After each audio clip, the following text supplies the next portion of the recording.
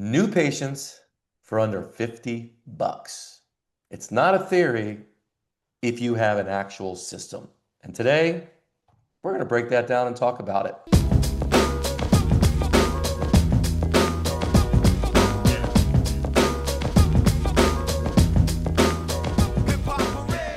Welcome to Freedom by Design. I'm Jamey Schrier. This is a show for private practice owners and independent thinkers who want to build a business and a life on their own terms. Most of us start a private practice to create freedom, but somewhere along the way, it starts running us. This show is about changing that. My guest today knows PT marketing from both sides of the table.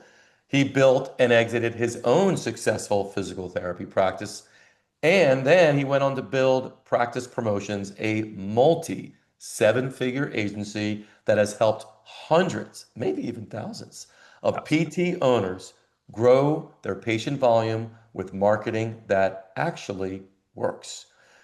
He's not a marketer who studied healthcare. He's a practice owner who became a marketer, and that difference matters. Great to have Neil Trickett. Neil, wait, welcome, man. Thanks, Jamie. Great introduction. I appreciate that. Yeah, man. Well, full disclosure, Neil and I go back, I don't know how many years ago. I've been Yeah. on his podcast a couple of times and never been able to reciprocate. So I'm so happy to have you here and dive into some really just cool stuff. Have a great conversation. Yeah, let's do it. Welcome to the podcast world. This is fun. Thank you, thank you. All right. So you've been inside the profession either as a therapist, a clinician, an owner, as someone that went into the marketing world, and now has just been kind of an OG in the marketing for so many years. Um, I guess give me just an overview of what you've seen since you were in practice and you got into, creating Practice Promotions, just in the marketing landscape. Let's just go, we were just talking about hmm planes and you're a pilot and you fly. Let's go 30,000 foot view right now. What have you seen just over the years? Yeah, absolutely. So, coming up on 28 years as a physical therapist, worked in the hospital, inpatient, rehab. I've worked, acute care. I've done outpatient for many, many years. Kind of hung up the old goniometer back in 2010, and then became more in the marketing side, just because we'd learned a lot of from the business aspect, from the marketing aspect in our practice, and people were asking us how we were doing marketing and could we do it for them? So kind of lit the fire that hey, we can do a lot here to help other practices succeed. Um, Man, has things changed? I remember being a PT, treating a patient. The patient came in and he's like, "Hey, have you heard of this thing, Google?" I'm like, "Google? What the heck is that?" Right? That's where we were starting back in the day. And I remember actually creating my very own first website. Man, it was on like some kind of Mac app or something like that. Fast forward to where we are today, we've got like now we got craziness with AI and all these things that are just rapidly changing pace here in the digital world. And when we first started Practice Promotions back in 2011, we were just straight direct mail and print marketing. That's what we were, Hmm. kind of cut our teeth in. Was doing a lot of postcards, printed newsletters, brochures, script pads, you name it, right? That's what we did for practices and help them really reconnect with their patient audience, their patient lists, and get get patient reactivations that way through newsletters and that. And then over the years, we added on websites and Google advertising, email marketing, social media marketing. It's just as the world has evolved and changed. And I think COVID was that light switch that changed, Hmm. right? And just seeing the acceleration into the digital world, to digital marketing, how people's behavior changed so much from COVID, everybody being at home, being online. We all changed to being remote, virtual workspaces. So the usage of people looking for things online just accelerated exponentially after that. And then we've just seen that grow even further now in the last 2 years with AI as more and more people just getting all of their answers, online basically before they ever reach out for any kind of service or help. So what we try to do is really help clinics, level up their scale of marketing to tap into this, new world of search, because a lot of the old school philosophy of let me just network with doctors, like, that's really not where things are at anymore, right?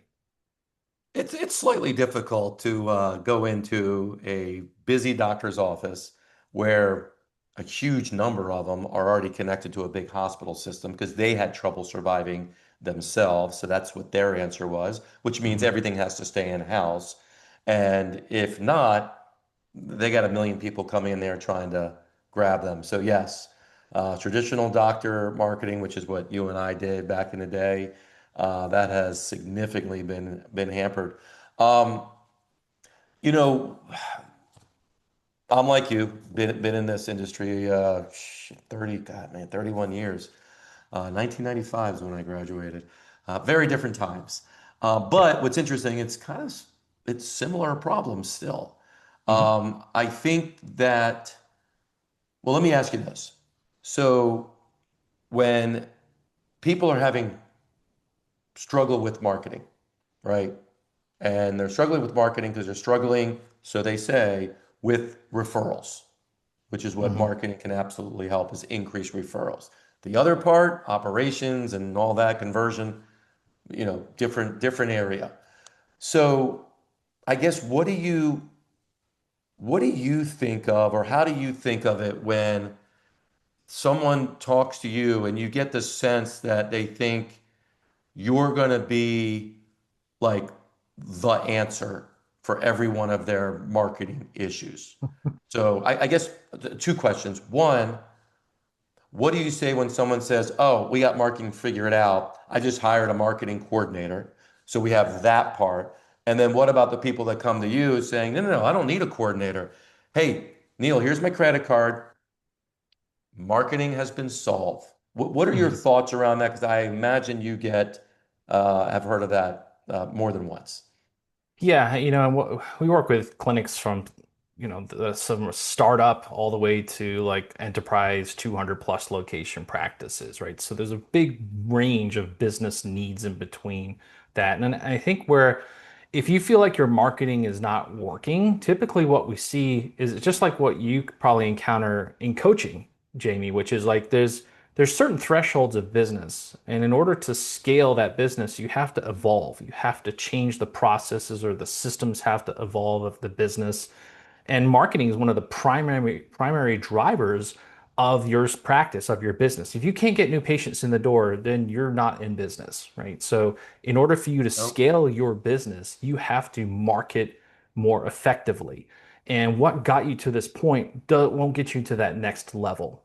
And we see that time and time again. A practice comes to us and they're, pretty busy one location practice. They're thinking of opening another location. They don't have the sophistication in their marketing to operate then at a larger scale. Or it's a clinic that has, five locations and they're starting to get inefficient in their marketing and they can't quite, they have all these clinics that are underperforming, right? Because they just don't have the marketing efficiency lined up there and they're not getting enough production out of marketing to take it to even that further level. So, it's different problems at different levels. And I think that's something for, our audience to think about is like if you're feeling kind of stuck and you're not making this progress with your new patients, the growth of your practice, or it's really slow, or you kind of feel like you're hitting the ceiling, you got to look back at your processes. And often that's, coming back to your marketing strategy. Okay, what are we doing here for our marketing? Like, what is happening from the digital front? What is happening from our referrals with physicians? What's happening with our past patient marketing approach?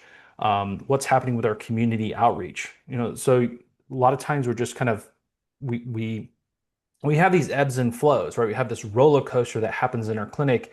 We don't think about marketing much when it's busy. And then when all of a sudden the bottom falls out and we're wondering where all the new patients are that particular week or month, then we start to scramble and we're like, oh, we need to do something about marketing. That's the real problem is the inconsistency that typically happens because marketing is not well thought out and it's not strategically planned every single quarter and month and implemented then.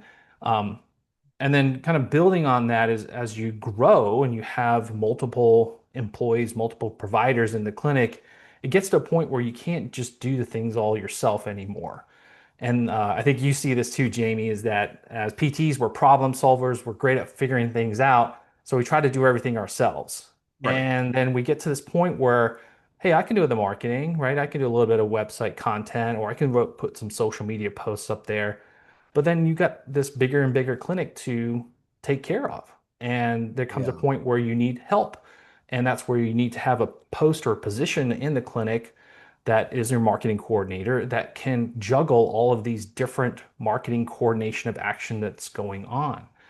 So I think it's really Yeah. important that you have to be at the right size where you need that part-time post go into a full-time post, but that's really a critical part. So you said a lot, and I want to try to unpack some of that and make sure that the nuggets kind of land with everyone who's listening.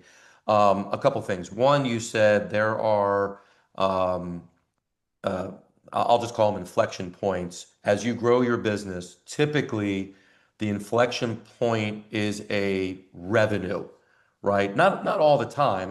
Mhm. I'm working with someone now who came to me at $7.5 million.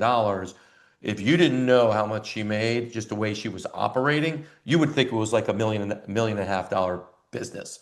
So sometimes you can overshoot it for sure, but typically you have different inflection points from kind of how I did research and stuff. $1 million, million two is one big one. Sometimes there's one around 2 million in gross revenues, definitely around 3 million, Mhm. sometimes at five, but definitely at 10. So if it's easy, you would just say one, three, and 10 to make it just easier. And there's obviously one like around 400,000 or 500,000 for smaller people that start to grow. I would say, most everyone that's going to be listening, 99% will probably be under that 10 million. Of course, there are other inflection points as you grow, which I'm sure you've seen for companies that are over 10. What what typically is, because you mentioned something, you were asking questions. What is your direct outreach? What is your digital front? What is your thing? How are you tracking this? Like, those are really powerful questions. And from my experience, I think it comes down to two types of people. There are professionals, and then there's amateurs, to kind of borrow from sports. And the questions you're asking is someone that's operating as a professional, a business owner with a business perspective versus an amateur, which reacts a lot to things and is trying to survive today or this week or the next month. They're not looking 6 months or a year or 2 years. Couple things, Neil. Help me understand. Let's start with the $1 million, million to Mhm. two to million to three. What is the type of thinking that person has when they first come to you? And what are the typical challenges that you help them with? And what typically happens when they start to implement this thing well? I won't say right or wrong. It's just it's aligned with where they're going and you help them do that. Just kind of speak to that group first. Yeah, so like your million or approaching a million type practice, might have, say, four, five, six providers, something like that, Hmm. right?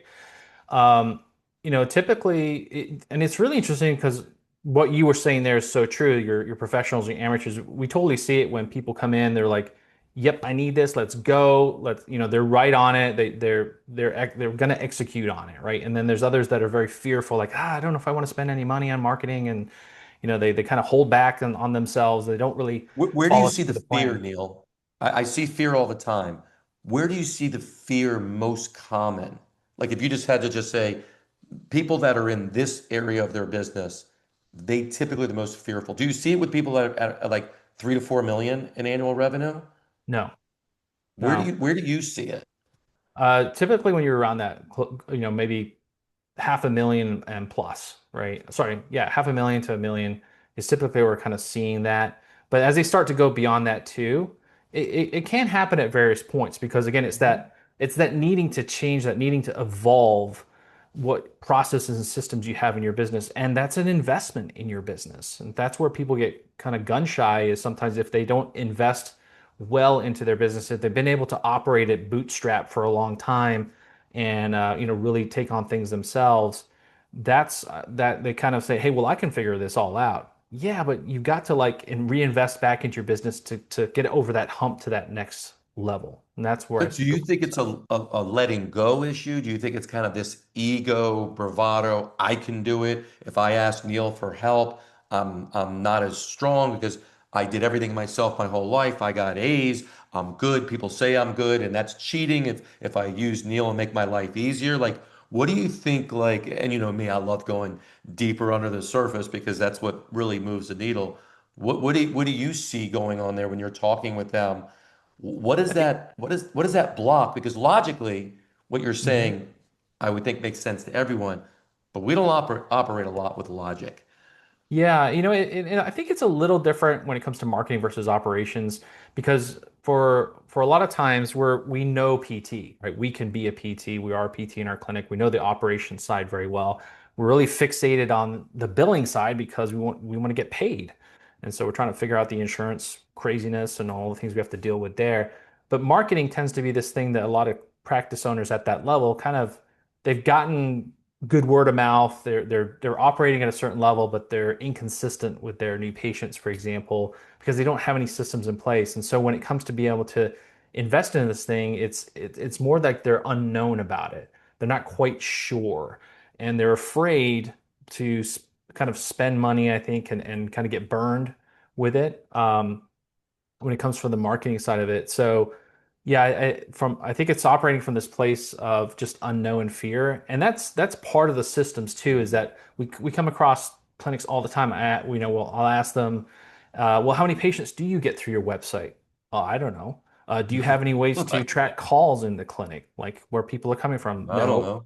Right? How many? I have my front desk ask a patient where they came from. Well, that's great, but it doesn't give you much objective data. Like, did that, because Right. people are going to have, 7 or 10 touch points. They might have heard from a friend and they checked out your website and then they got a blog and whatever. There's lots of, they saw your social. So there's lots of touch points before someone will ever make a decision to reach out to you and actually then come into the clinic. So if your front desk is asking that question, which is the last part of that, piece of the puzzle, you're not getting all the information that can help you strengthen. So we put a lot of tracking systems in place from call tracking and form tracking and Google ad tracking, lots of different URLs and things like that from the websites. So you can see like this person reacted to this ad, they came to my website, they made a call, and then we have AI that's now tracking those calls and reading transcripts and it's saying, hey, this person actually became a new patient in the clinic. So now I know like this ad actually produced this new patient in the clinic. Guess what I feel confident doing now is I can put a little bit more money towards these specific ads because I Wow. know that they're working. But again, the place of fear is that people don't have any of those kind of systems in place in their business for tracking what's working in marketing. So they're throwing spaghetti at the wall and hoping Right. something sticks. And they're afraid to give you the money because what if it doesn't work? Or, Exactly. Neil, I worked with someone and did this and it didn't work. And of course, when you start asking questions and dissecting, it's like, I get this a lot. It was nothing what you guys do. It's just like, Right. hey, I worked with a marketing person. You're like, okay, no, you Yeah. didn't. My Uh, brother's friend built my website and it didn't work, right. kind of thing. Yeah, my dad's friend is helping us, mentor coach, kind of like what you're doing. And I went, Right. uh-huh. So, Yeah. but there's something you say. I want to make sure people get this. We talked about this idea of how you think and act as a professional, right? Someone that is owning this process, that wants to build something great, that creates the life that they want, and they want to evolve as a leader, as an owner, as a strategic thinker. And you said something so simple and everyone knows it. And yet, you and I have talked to a lot of people and they don't do it. In fact, I was talking with someone today, a client of ours, today, I was having a conversation with, and all I asked, and we were talking about marketing, and all I asked is, well, how do you know? And they kept talk, talk, talk, talk, talk, talk. I get it. I know what you think. How do you know? And at the end of the day, they're not tracking it. There's no KPI. There's Hmm. no metric to determine what's happening. I want to, and that's a huge thing.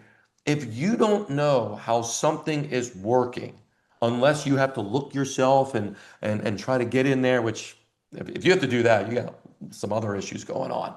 But if you don't know what's happening, then you are making decisions based on what?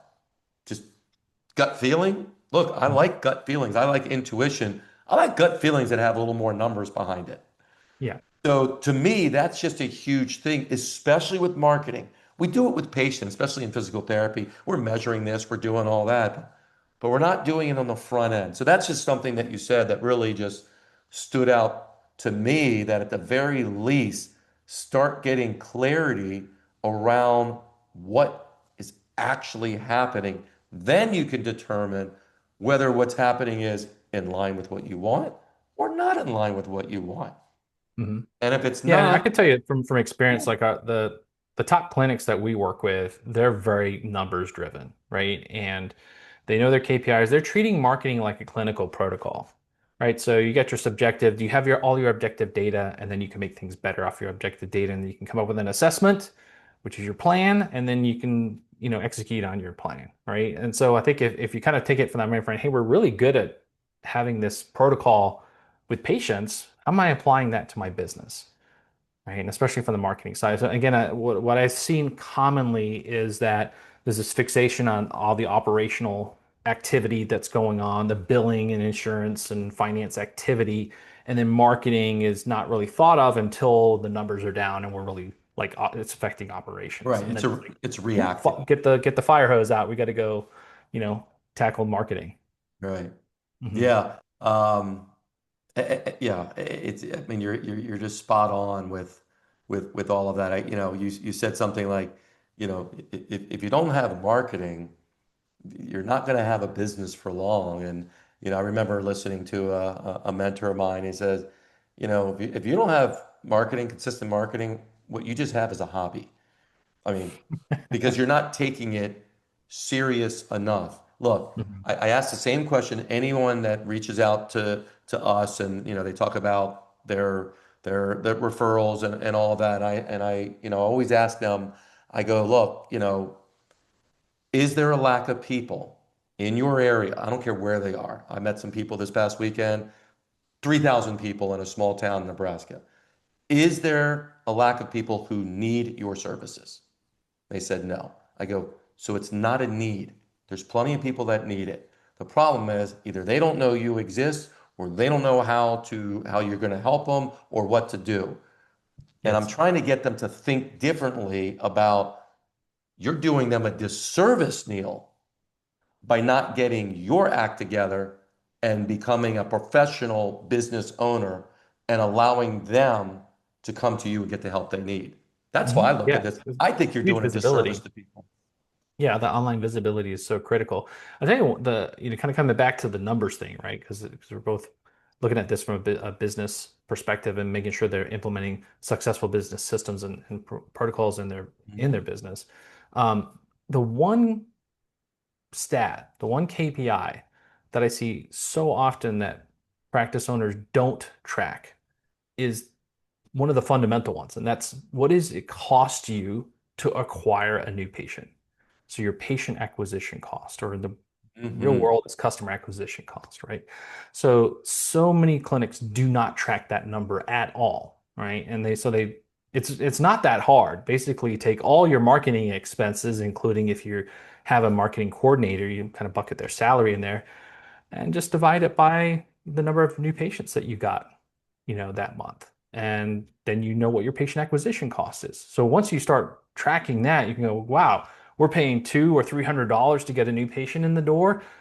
We only make $800 to $1,000. That's not very good, right? How can I lower that, right? And that's when you start to really think about marketing. So, if anything for our audience out there, if you're not tracking your patient acquisition costs, just start looking at it, right? Start tracking that. Oh, I know for some people, because they have no marketing budget, because marketing to their eyes is an expense, And what do we do when we hear the word expense? We then see a scissors because Hmm. we like to cut expenses instead of, oh, no, no, no, marketing's not an expense. Marketing is an investment to build the company that, again, is going to give you the life and make the impact and create the asset that eventually you'll sell, yada, yada, yada. But if you, let's say you don't really have a marketing budget, and most of your marketing is all of these word of mouth, relationship marketing, which I'm a huge fan, but that's one part of many channels. Um, you may not even have a, acquisition cost. It might be very, very low, and then Hmm. they come to you, and you're actually going to increase their customer patient acquisition costs, but you have to do that if you want to go to the next level in your business, Hmm. right? Yeah. So, yeah, I mean, it's just kind of like I always, Neil, I always look back as it always comes down to what is it that you want? Is that a question that when they come to you and you're speaking to them, like, is it okay? Yeah. What Let's are your just dive in, goals let's do you're trying to marketing, accomplish? or Yeah. Yeah, and it's fine because for some clinics they want world domination, right? And for others they want to like I just want to be busy. I just want to be like comfortable in my one practice. That's great. But here's the thing is like it's good today, but you don't quite know what tomorrow brings, right? And I would say too, like we're in a position now where we need to hybridize our clinic. We need to go beyond the insurance model. We need to bring in cash service lines to increase our average revenue per patient. Like that's just a non-negotiable in today's world. Like you need to get what you're making for a patient well above $100, $120, $130 per patient visit. Like that's where you need to be. How are you going to do that? It's not going to be through the insurance companies and begging for more reimbursement, right? So right, marketing is your channel to be seen as the go-to person in your community. And guess what? When you elevate your status as the expert in your community, people will pay more to go see you, right? And then you can have additional cash service lines.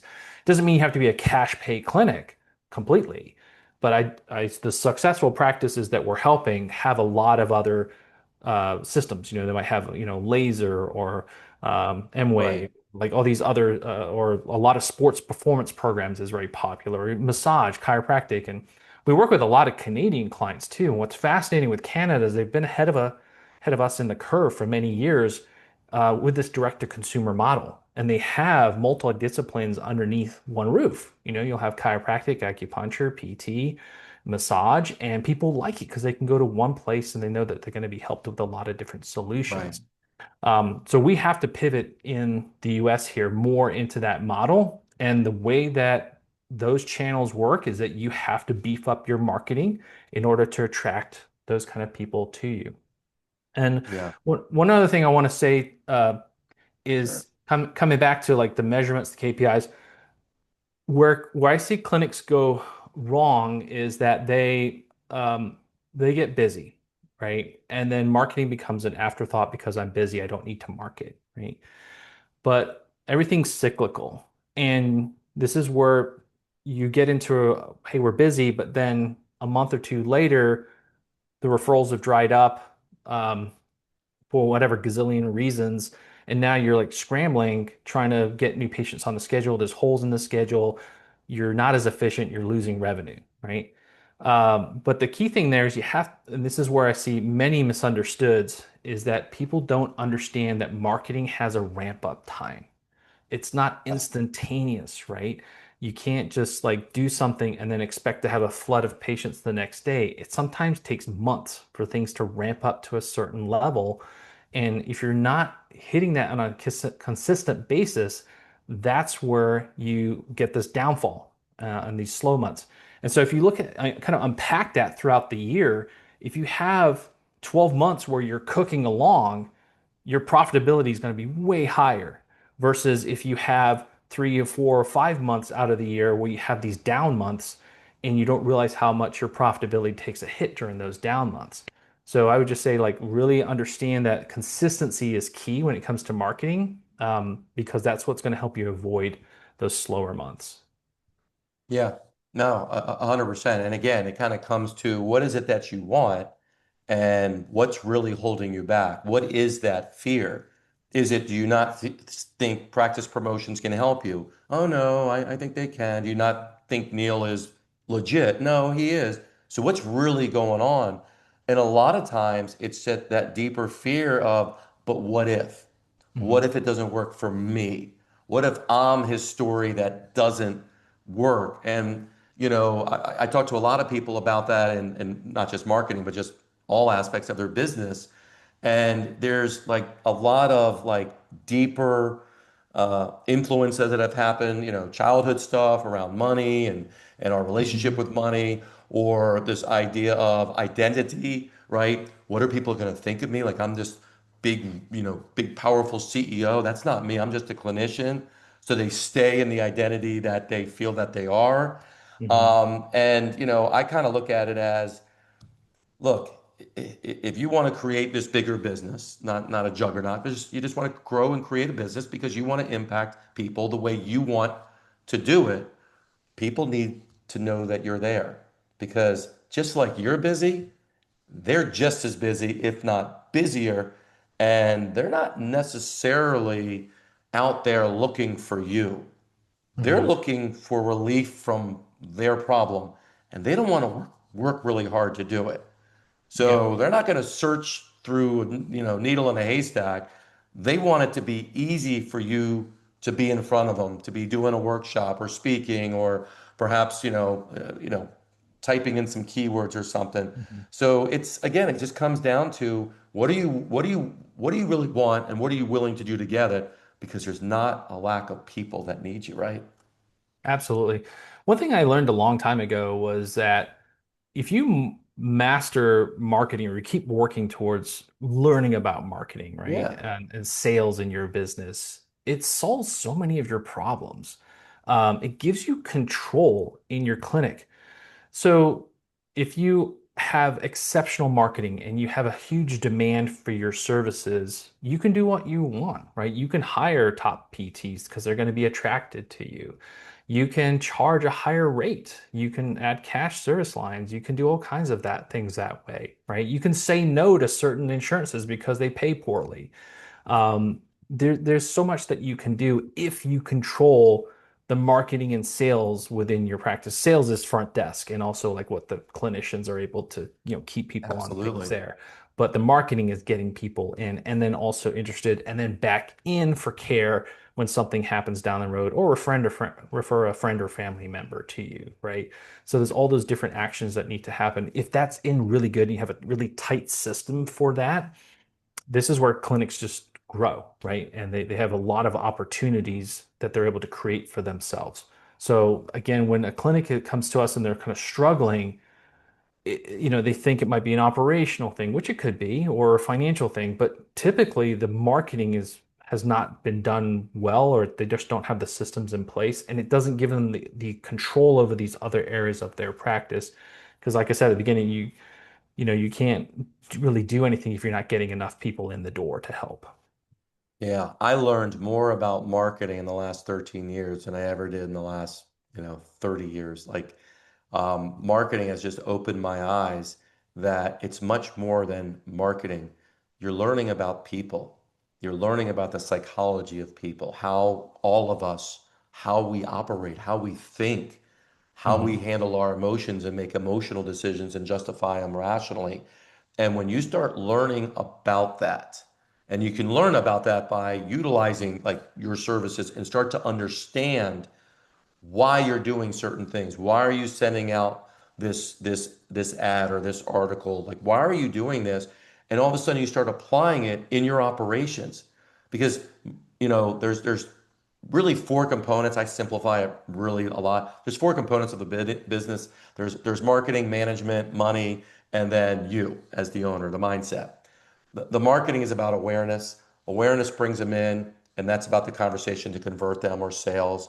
Then you have to actually deliver the services, typically through your people, because that deals with hiring and all that stuff, and systems and processes. And then, of course, the financials are tracking all of this stuff and making sure that you're profitable. What is determining all of those areas? How the owner thinks about each one of them. and Hmm. how they make decisions on that. So if here's what I've seen, if you don't embrace and dial in your marketing, I can almost, not 100%, almost guarantee there are big gaps in the other aspects of your business. Or, Definitely. or this, or they are not capable of a next level growth Hmm. because of how they're just being done the way it works now, but not the next level. So it all kind of flows. If you got blinders on with your marketing and your conversions of sales, believe me, your operations, how you're managing your team, how you're hiring, there's Yeah. stuff going on because, Yeah. another great It's mentor all, said, Neil, how we do anything is how we do everything. I like that.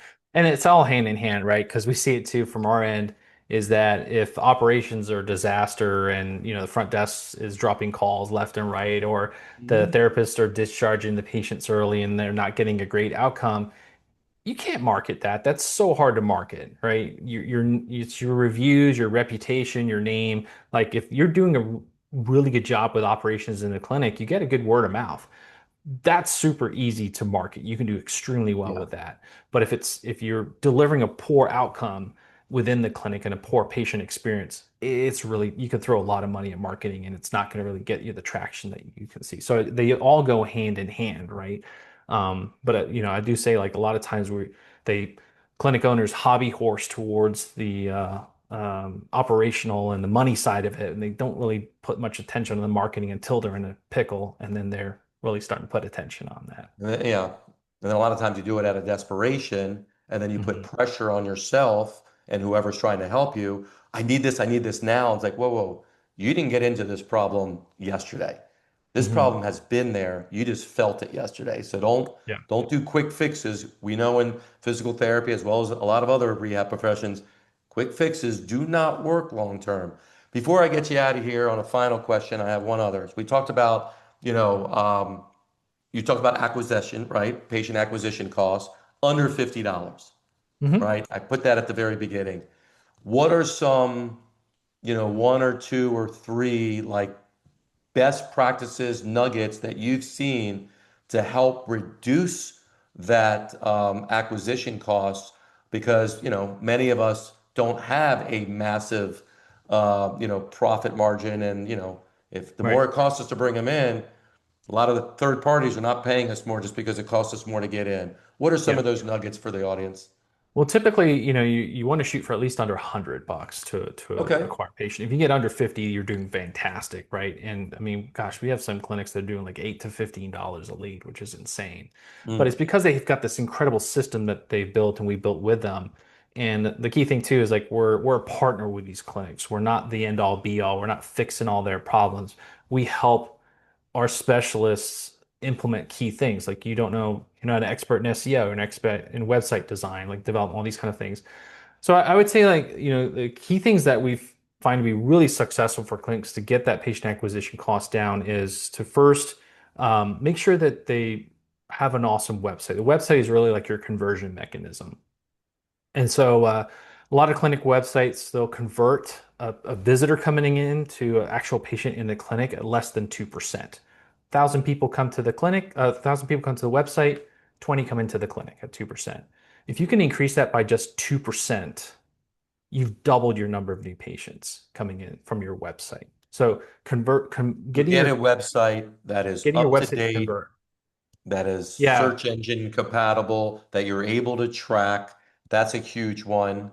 The thing with the What else? websites, yeah. So the thing with the website is that um, well, the technology changes so rapidly. You really need to update your website every 2 to 3 years because it's just such crazy development. So that's a big thing there to help with visibility and also conversions.